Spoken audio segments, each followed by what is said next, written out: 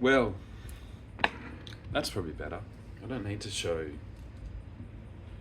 anymore. I don't need to show my legs. Yesterday was a busy day, wasn't it?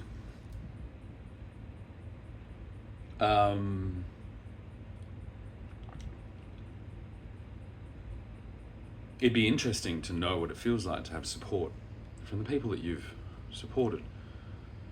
But nevertheless, it does empower me to be independent in my resolve. Not completely. I have support. I just don't have support from the people that I would hope to have support from, and that's probably the topic of this morning's video. Now I'm gonna fucking rant a bit because I like doing that because it makes everyone have to do their job harder, unless they just use AI. I'm not really sure. Not really sure how anyone does anything. I just know how I do things, and I do things old school. Now the reason I get up in the morning, I have a coffee, I have some nicotine gum, and I then begin my work. Before having a shower, I don't put makeup on, I don't dress. These are kind of my pajamas. This is like my little nightie that I've just woken up in. And the reason for that is because I am a construction worker. I'm a physical worker. I've worked in the real world. I used to get up at 5 a.m. and I would sneak into the ensuite of my home while my baby slept. And I would get yelled at if I made too much noise because I couldn't disturb their mother. It was important, doing that important job of mothering. And I would sneak into the shower and get ready, and then I would drive for an hour, and then I would work for a lot of hours, and I would then drive for an hour home, and usually get one of those little babies dumped on me. I actually have a really good photo I might share later on to give their mother some respite from the unrelenting responsibility of motherhood. Then I would wake up, have some dinner, talk some shit, and then go to sleep and do it all over again. A couple of other things after that. So the main point I'm making is you don't have to shave, you don't have to wear nice clothes. There would be no point wearing nice clothes because they would get dirty and they would get ripped and they would get covered in silicone. So I would just jump in the car and go. This was kind of good, but also bad, because it in the time when I was learning how to work, that was how I learned how to work. I didn't learn how to stop. Right there. Collective sigh of relief, I'm guessing. Because for those in the know, you'll know that means that I'm considering returning to a normal work kind of situation.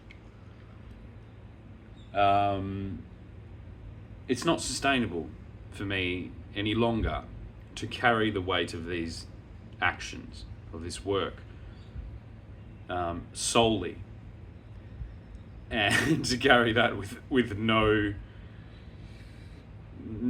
balance at all of personal aspirations. This makes Jack a dull boy, makes Jack a very dull boy, and although necessary, I believe, for the previous 3 years to prevent utter catastrophe and probably my own death, and possibly eventually the death of people around me.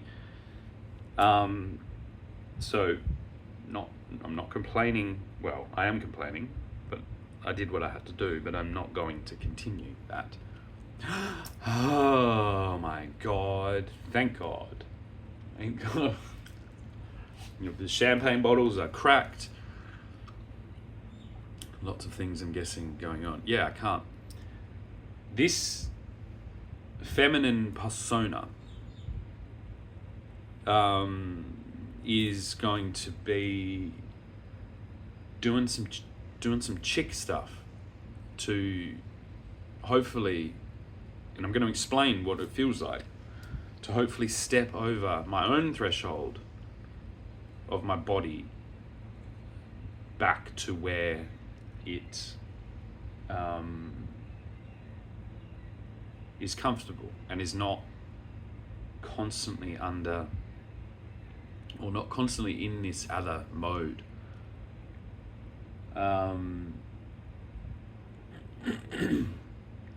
Because it's more efficient, it's more gentle, and it doesn't hurt when I can get there.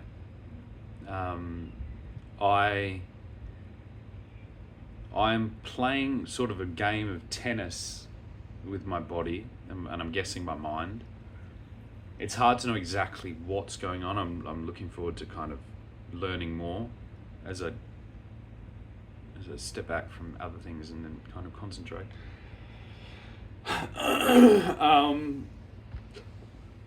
But I need to create or get to a space where I can, I want to say relax, but relax is almost the wrong word. But it probably is relax. The tension I feel has manifest in my outward presentation as masculine, and the release has manifest as feminine. And I don't think this is all that odd, because men work in a different way, especially men that work in physical labor. If you haven't participated in physical labor at any point in your life, for work, not for leisure, not at the gym. The gym is a different thing. For labor, to put bread on your table, perhaps on your family's table, then you cannot understand what that is. And I'm now going to officially say that we are in a very unsustainable situation as far as physical labor goes. It gets complicated because we have things like driving in there. But really, I think that has its own set of issues, and did exacerbate. I think driving really needs to be looked at. Which again leaves that's a huge thing. It's very big. But it's mainly to do with this perception of this, with the pressure onto majoritively men. That is a disgrace. Men are carrying the burden of female luxury. There, I said it. There's not a doubt in my mind, in the Western world at least. And if the man wears out, they replace them. And they replace them before they're actually completely worn out. They replace them without any concept of that man's well-being. And they are relentless and ruthless in their pursuits to dispatch the slave that has not met the challenge of their desires, of meeting their desires. And it needs to stop. So, in the case of my children's mother, we found a strange peace and a strange settlement, I guess, of these concerns. Perhaps divinely, perhaps this is just something it's there. It did not feel in my control. It felt like something that was just appearing, something that's just arriving. And I think that's actually, there's a lot of research and things, I guess, need to go into that. Or you can just have faith, but a lot of you don't have faith, so someone's going to have to explain it.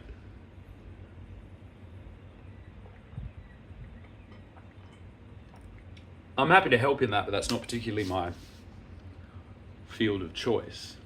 I have a field, like a few of them, I would like to really concrete down on the well, not the anniversary, on the precipice of this deal, of this co-development deal. I'd like to kind of go into the actual effects of what viewing shrunken down and controllable human beings has done to us and does do to our psyches without a gold standard of appropriate scale. That's going to be really interesting. That's work. That's aligned with Scale Matters. And all of this, I think, does affect everything else. But this is the video this morning to address the situation with my children's mother and countless other examples that I come in contact with all the time. This alienation is what it has been referred to. We need to get to the bottom of what's going on there to attempt to civilize our societies, because this is getting out of hand. An attempt, I'll just speak completely plainly, and I'll risk all of the things that means.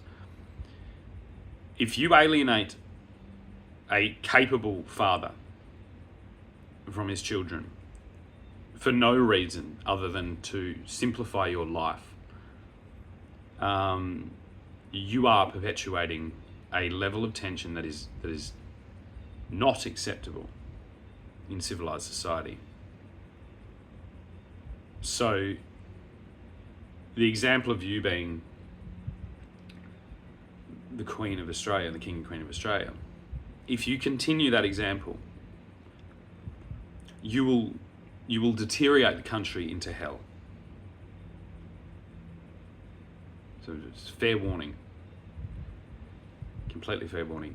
Now I need to understand, the world needs to understand, science needs to actually understand what's going on inside your head, but you're not speaking, you're avoiding. But you've created this pathway, you've created this avenue by your actions. Now, what we need to get to is, if that is catastrophic to you, if that is a weight that you are not willing to carry without resorting to murder, without resorting to underworld tactics of these things, which does include like outsourcing to the police on false information, then we need to get to there. If it is just a ruthless desire to protect your current arrangement, then we need to hear these things. Women cannot be shielded from the exposure. Women can't be shielded from exposure of actions that are manifesting based on their actions, or effects that are manifesting based on their actions. It is incredibly dangerous. This is maybe a phenomenon that happens with young girls, even young daughters, right?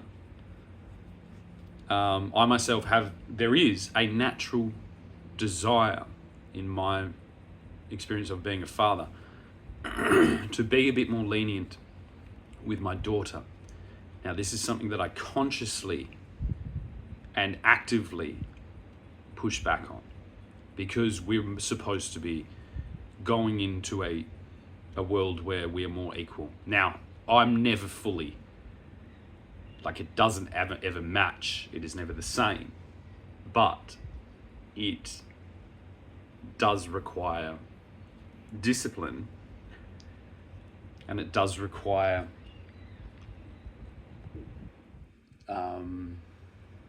an equal way to be looked at.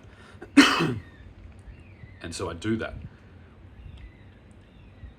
We are no longer in a world where we can have every little girl as a princess, because the access to power that they have will destroy the world. It will destroy everything. We need women that understand that their actions have consequences, that their actions, especially if they invoke the power of groups of men, that their actions will have consequences. And we need to get to the bottom of whether this is being provoked in a defensive posture, and whether that is based on a ill preparedness to deal with stressful situations, but a continued instinct to wander into them, which is what my guess is. Because it's like being blinded to the consequences, or blinded to the actions, because you're being shielded by men, which is an elevation to queenhood, and that's why you're there. Now, maybe in that moment you think you've won. You're the queen. But you're the queen of Australia, and you're the queen of an Australia in which every woman is a rogue entity of chaos. And I'm returning to an island with traditional systems of a balance. And it comes down to responsibility. It's like, if you want responsibility, which is the requests I get for child support, you're wanting me to maintain my responsibility whilst attacking me. That's two husbands. That's what that is, especially in this situation. You've taken the example that my mother did, which I'm massively critical of, and you've upped it. You've upped the ante. You've gone to the extreme. And that's why you're the queen. I told you were the queen. If you remember, when I gave you your nickname, which your mother also had as well, which was Lizzie, Queen Elizabeth. I've seen it in you. I've known it's in you your whole life. I just now know that that's not something to be, overly desired. It comes with a large amount of responsibility. Now, if you step up to that responsibility and explain that this was just a means to an end, and you haven't conquered me, you haven't killed me, you've actually just pushed me back to your parents' homeland, which we will now take. And in my opinion, you were ill prepared, and you were kind of walking into a situation that you can't handle based on your actions. If you wish to keep taking more fruit off the tree, the fruit in your basket will start rotting if you don't distribute it properly. And distribution in this example is communication. Because if the Queen of Australia doesn't communicate, then she's exposing the entire country to harms, to risk. But I'm not going to tell you what to do, or how to do it, because that's what you don't want. That's what I've not been allowed to do.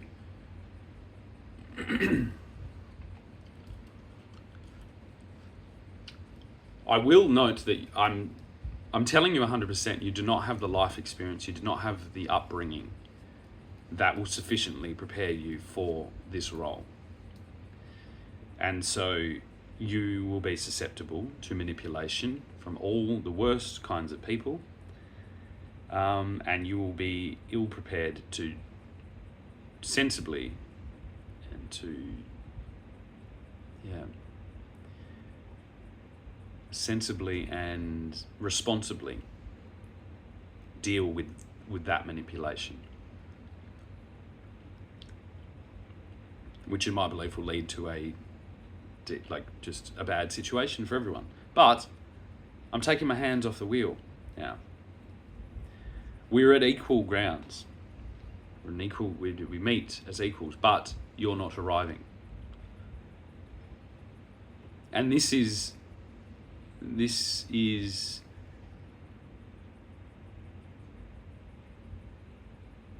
your moment, I guess.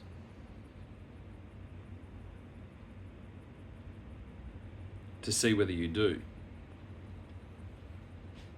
arrive.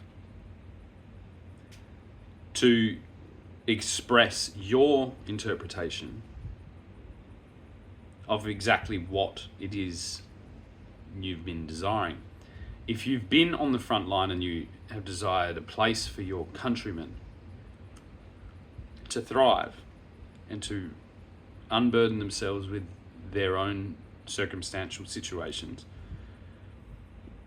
in a new, fresh land, perhaps like you have and like your family has. In my opinion, they've failed to thrive here as well. But I might be ignorant to what thriving means within your experience, within your family unit's experience.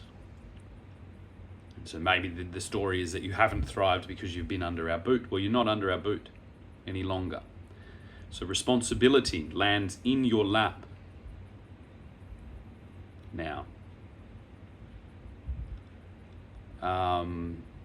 And the first responsibility is to talk.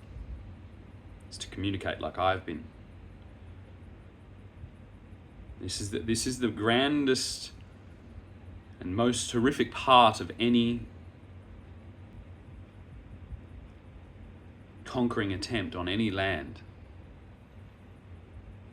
is that you cannot conquer, you cannot acquire by conquering and then maintain guerrilla status or divisive, less appropriate, less civil tactics. It will not be accepted. You are overseeing an incredibly large population of civil, law-abiding citizens, and they will not tolerate underworld tactics from their leadership on a long basis. And so that opposition is formidable. And so a pet project I'll be working on is to finally get to the bottom of what is causing this alienation, what is leading to it. My pet theory is that women are so bombarded by all this freedom, liberation, equality propaganda that when they find themselves actually in a supportive relationship with a man who is ambitious and a man who is dedicated, that feels like a prison. It's not a prison. You just happen to be attached to a very capable man. And that capable man will demand a certain loyalty and a certain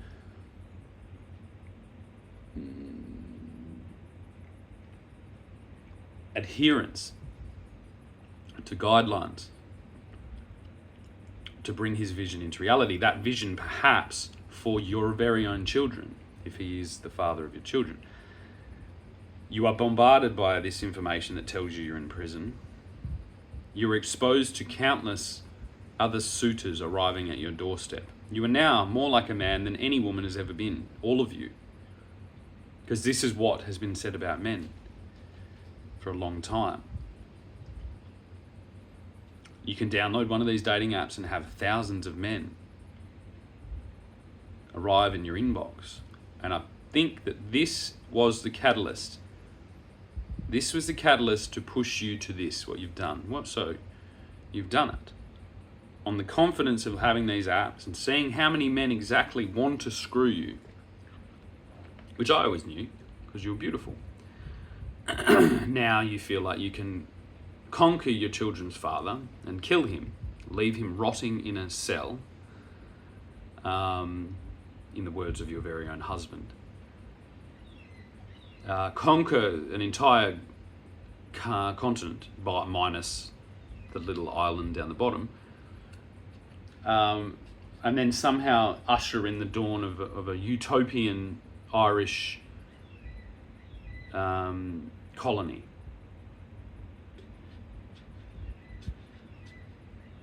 The problem is that it's not going to work again.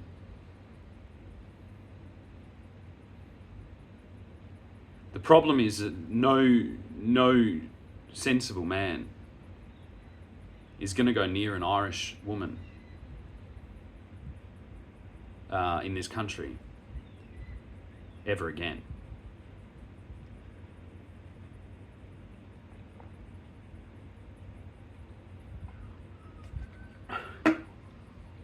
Under that example,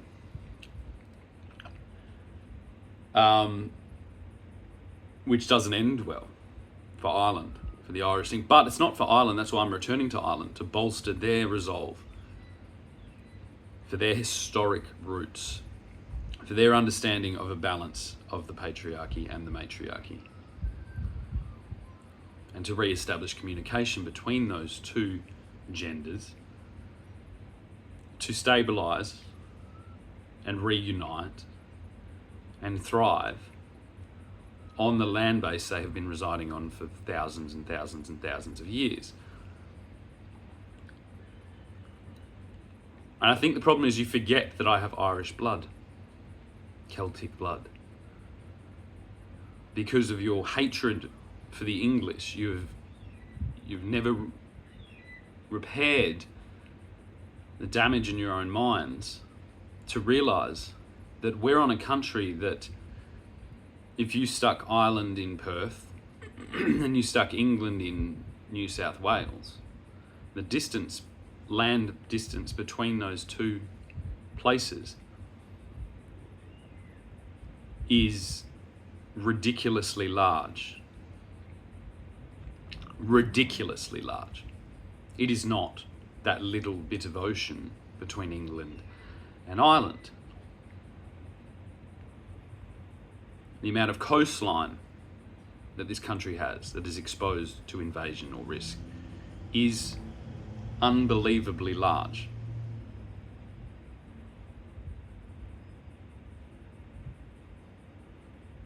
And so we get to a situation where we realise that England, Ireland, Scotland and Wales is one group on this earth. They should maintain their national. That's hundreds of years, thousands of years of developed identity. Beautiful. When it's beautiful, it's beautiful. When it's not beautiful, it's not beautiful. And so what do you call an Irish woman or an Irishman that has been pushed off of their island and landed on another island? You don't call them Irish anymore. They need a new identity. They need a new concept. And because they've done it under and with pretty extreme tactics, that group will be a formidable force, but we need to understand what you are. Because Ireland, England, Scotland and Wales are the Celts.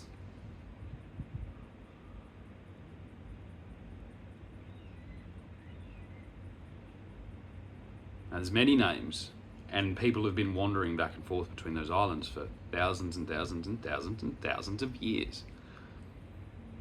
Now, there doesn't need to be a united flag, because we're united by blood, we're united by our history.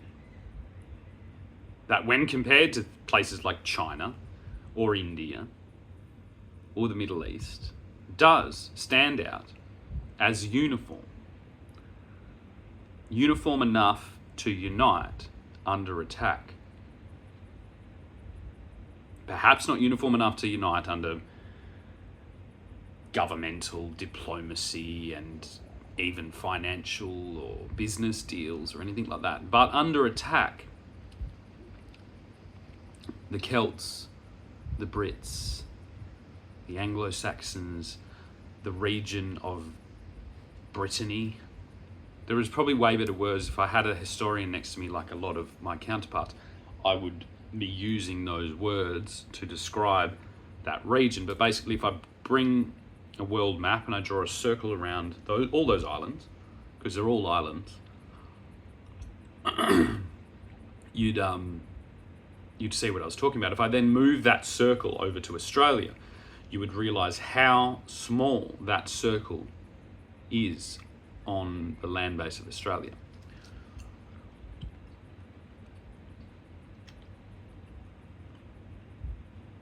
And so from the fine universities in those regions, all of them independently, because we don't want any bias towards any specific island, England, anymore. That's a wink at England. That's saying, hey, England, we're not going to project this superiority. We're going to all work out. We're going to go to Oxford. We're going to go to the Scottish University, I think Aberdeen, that Prince William went to, and an Irish university of the same caliber. And we're all going to understand. We're going to research what is going on with women in 2025, not in 1825. We need to understand what's happening with Celtic women. Not the band, not the beautiful musical group, but the actual beautiful, stunning, most beautiful women in the world. What is going on in their psyches? What has been activated by things like dating apps, by things like constant media provocation, by misuse by judicial and legal professionals to aggravate these tensions between the genders, between the sexes. What's going on there? From each region. We can't have the empirical projection of Britain onto the colony of Ireland or Scotland or Wales. We need to have, and I believe because this is a very big issue that's causing distress around the entire world, we need to understand what has led to this. I have pet theories.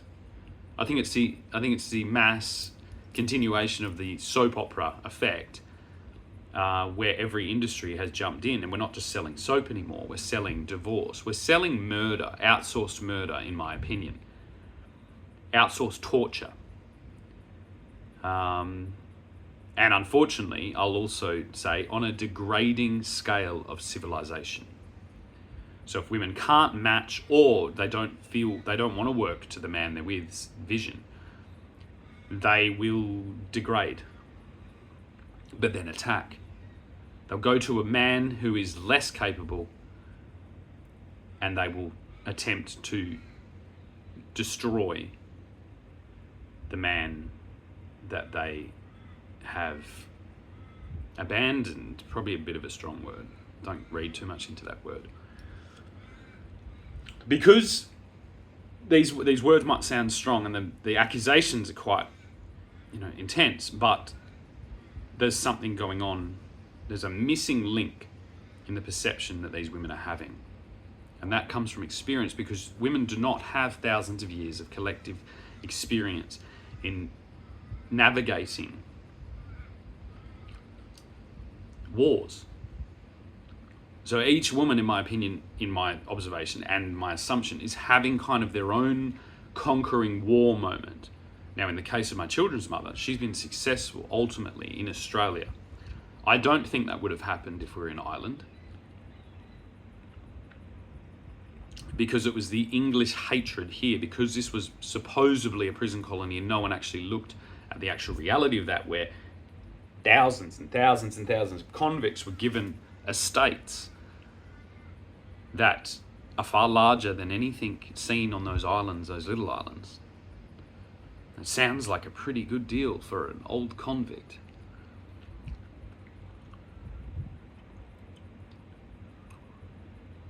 So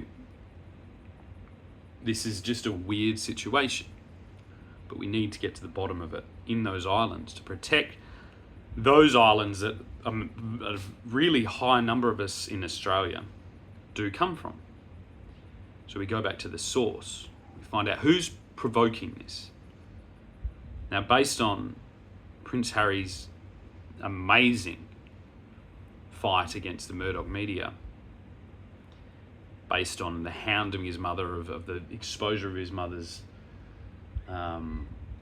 activity by the intrusion by the media into her life, we can see that there's an old thing that when the aristocracy gets a cold, the common people die of the plague.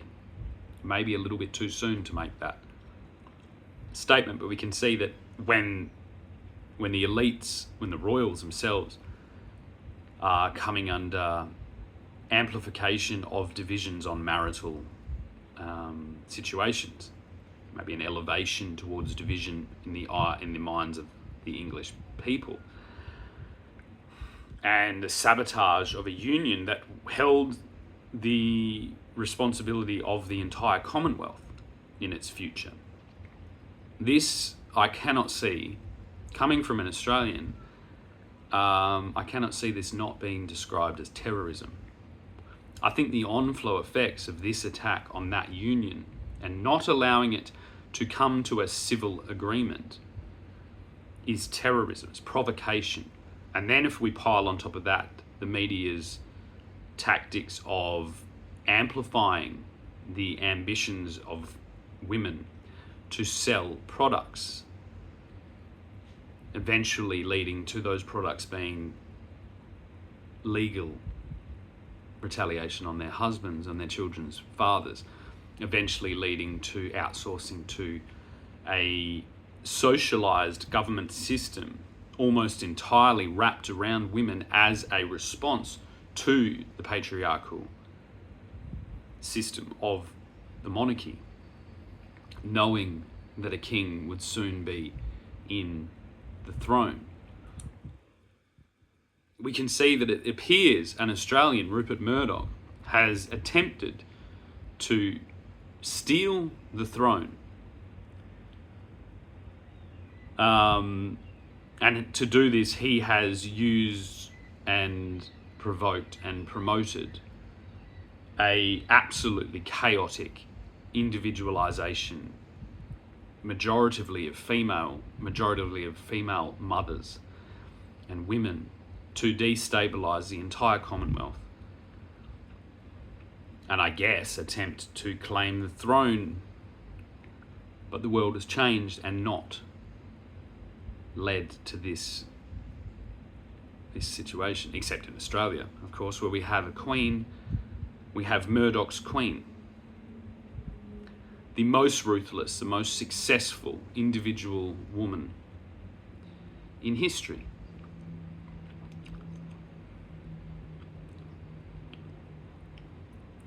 And the most successful media mogul in history as well, Rupert Murdoch. But to what end?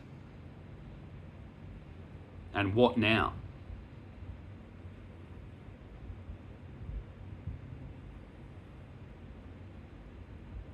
That's the question I have to ask.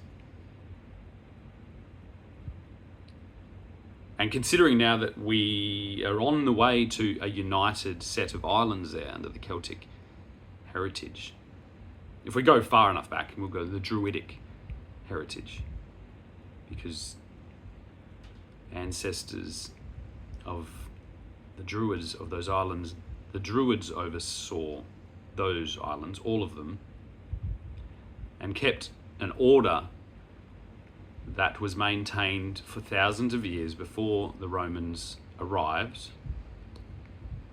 And they didn't do that with violence. They sure as hell didn't do that with outsourced police. They did that with education. They did that with unity. They did that with celebrated cultural similarities, whilst respecting individual geographical identities. So I'd call now for all Murdoch media entities to be classified, at least in Ireland, England, Scotland and Wales, as terrorist propaganda. You may have conquered Australia, You may have put a queen on the throne of Australia, but your destructive publications should be disgraced in all those islands and should be removed from every shelf. Because what we live in now is a world where every child, every 6, 7, 8, 9, 10, 11, 12, 13, 14, 15-year-old has access to the same ability to distribute their opinion, their criticisms at all our government structures. The fact that Australia has led the censorship charge by removing the capacity for young people to speak up and to distribute their media about what's going on there is the most horrific symptom of this disruptive situation that Murdoch has laid the ground for. So it's a brilliant experiment. I don't know whether an entire country the size of Australia can run on a ruthless media mogul and an alcoholic usurper queen. But hey, I love the experiment. I can't wait to see the results. I can't wait to see the Australian people's response to this. Maybe it'll be some type of female Mecca where the last of the free Australian men are hunted down and extracted for every last drop of blood, only to be thrown in the pit and replaced by whoever the fuck's next in line on those dating apps. Now, if we see that the Rupert Murdoch empire has had any significant role in amplifying these dating apps, then we kind of start to get to a situation that is very dark and very short-sighted. But I'm not going to make assumptions on those things right now.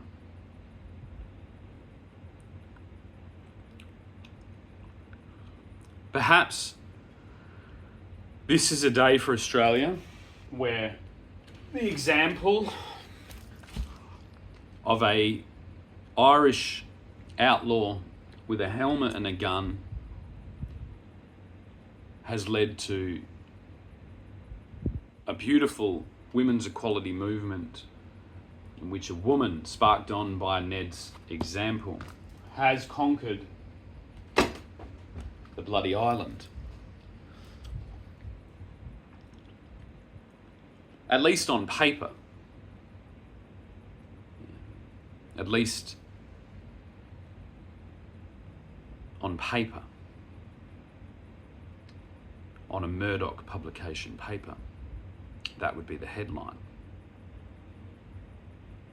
But what about the Aboriginal people? What about the traditional owners? What about the non-Irish citizens of Australia? What about the religious institutions and followers of Australia that still maintain a patriarchal vision and understand the stability that that brings? Well, I guess it's going to have to be a lot of communication, a lot of public communication to quell those concerns coming from that cohort of unique individuals and unique cultural groups. So yeah, what a beautiful day for Australia. I look forward to returning to my historical homeland. There is a part of me that has been crying out to return at least somewhere cold. This little white Celtic boy has weathered this harsh landscape, ill-prepared, not bestowed with the same attributes that the traditional owners are. And I'm going to admit it. I don't work well here. I've spent my life driving around in air conditioning. Well, the last couple of years. the last few years on this stand, I was in a sweltering hot shed and dying, and I can do it. But it's not easy. My body craves the cold. I am made for the cold. And although I do love, splaying out on a beach towel and catching some vitamin D and going for a dip in the ocean, for me, that's no longer, it's not worth the fight. It's just not in my DNA.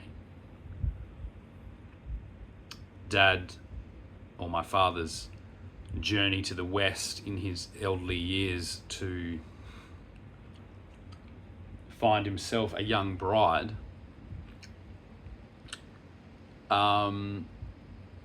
was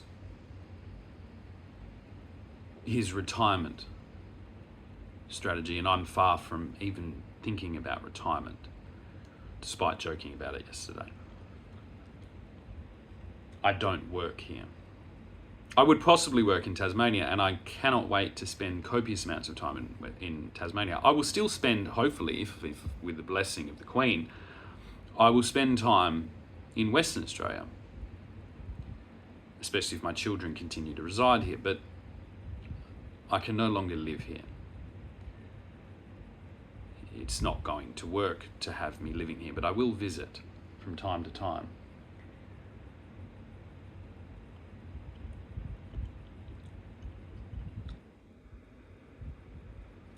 And so I look forward to seeing how all these problems will be resolved. You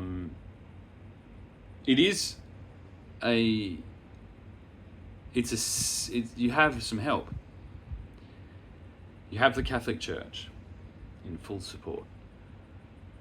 You have the people's hearts, I guess, because it's a story of conquering a colonizing force and then establishing your own colonizing force. I guess it's just really how the Irish people actually deal once they step out of the shadow of Great Britain, of the British Empire, and whether they thrive like we have. I believe, Australia is for a country that's only a couple of 100 years old, it's pretty good. For a land base at large, it goes pretty well. It has some massive issues, but it's not a failure. My surrendering, my retreat is not failure. I'm quite proud and will continue to be proud of what my homeland and my heart, which is England, which is Great Britain, which is the British Empire, has contributed to this country.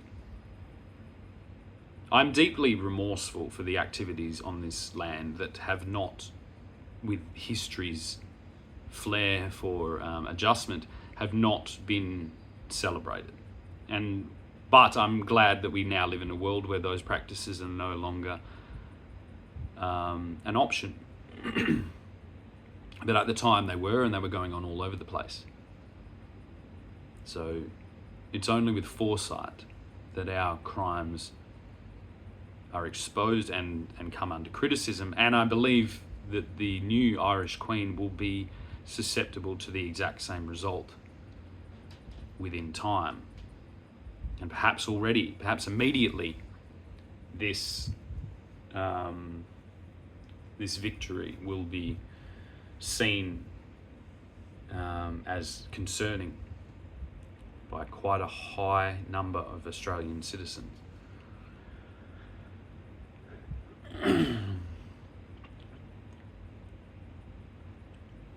But I want to get to the bottom of what's leading this around, or leading to all of these things in people that aren't going to see it all the way through. I think when you do see it all the way through, then you write your own fucking story. That is you, and that is your blessing now. It's your story. But obviously, statistically, that's not going to be an option for all women. There just isn't enough places unless we start carving it up. So we need to get to the bottom of why this is going on all over the place. And you can see how this kind of trumps this argument of domestic violence, of these horrific attacks on women where they're murdered.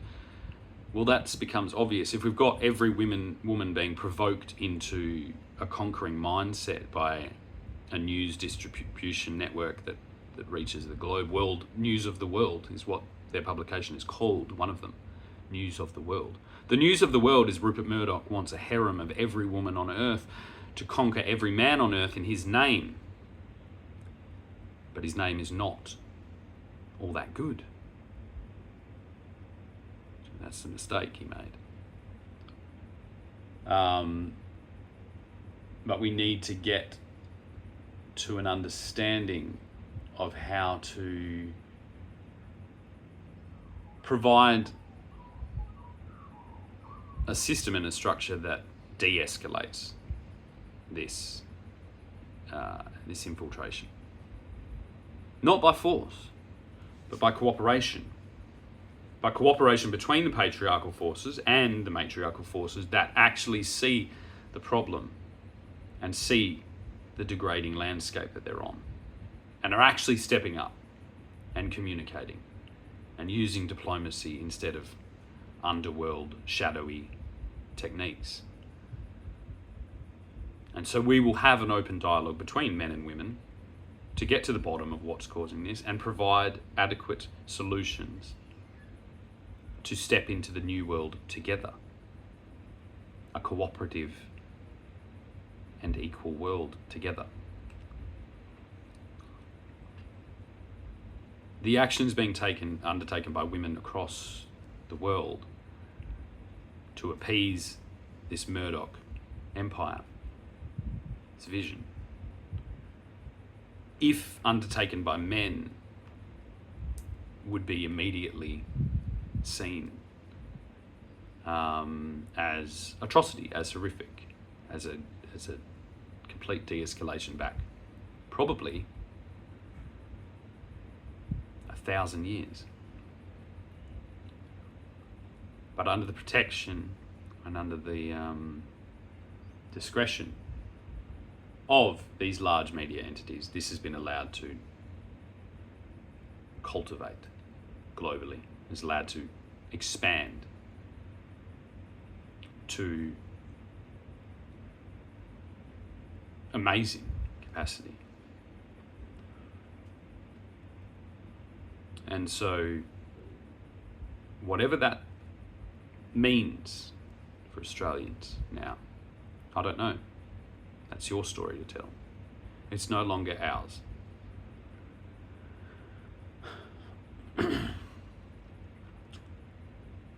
But that is the end of hostilities. All I'm asking for is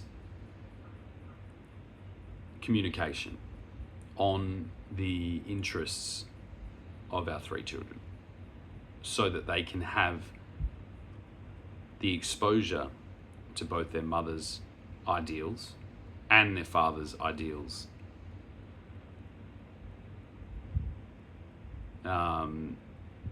And this will now be dealt with in international law, rather than the law of a land that has pushed me out. And this will be a public discussion, because it is now a conflict between England, Ireland, Scotland, and Wales, and any other allies that wish to continue that beautiful relationship that we've shared for thousands of years, and the newly conquered Irish Republican Australia.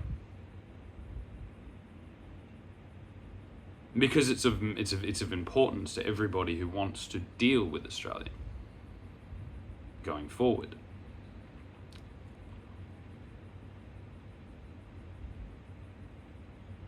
It will affect every business decision,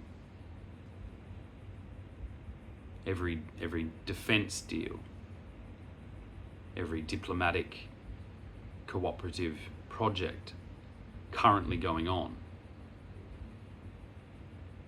It's an interesting day for Australia.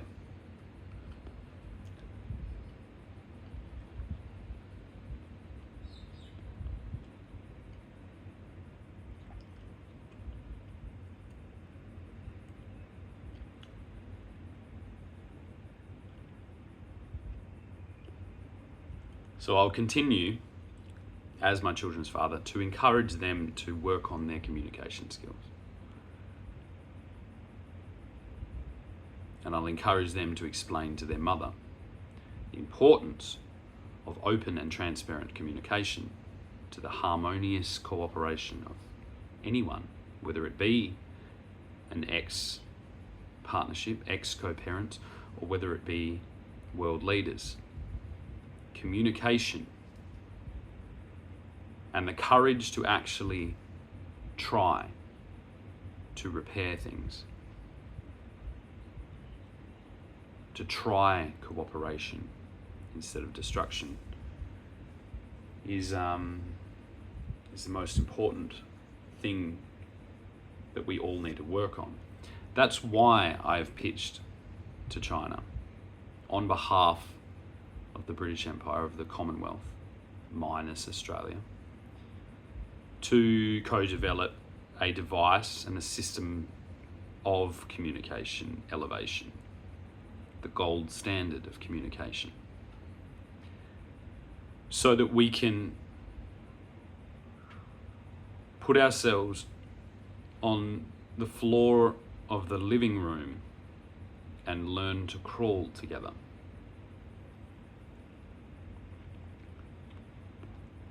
Not as world leaders, not as conquering empires with thousands of years of history, but as toddlers, collectively placed by who knows on the carpet, on the living room floor, and we will crawl together and we will learn to communicate together. And we will remove the mud and the dirt from the conversation in order to stamp out a new, fresh start where we collectively first crawl together, perhaps take our first steps together. And hey, who knows, in the future, maybe we will run marathons together. Maybe we will climb mountains together. We will swim oceans together. And perhaps even explore the depths of space together, knowing that our relationship was firmly started in the way that all children should be, by crawling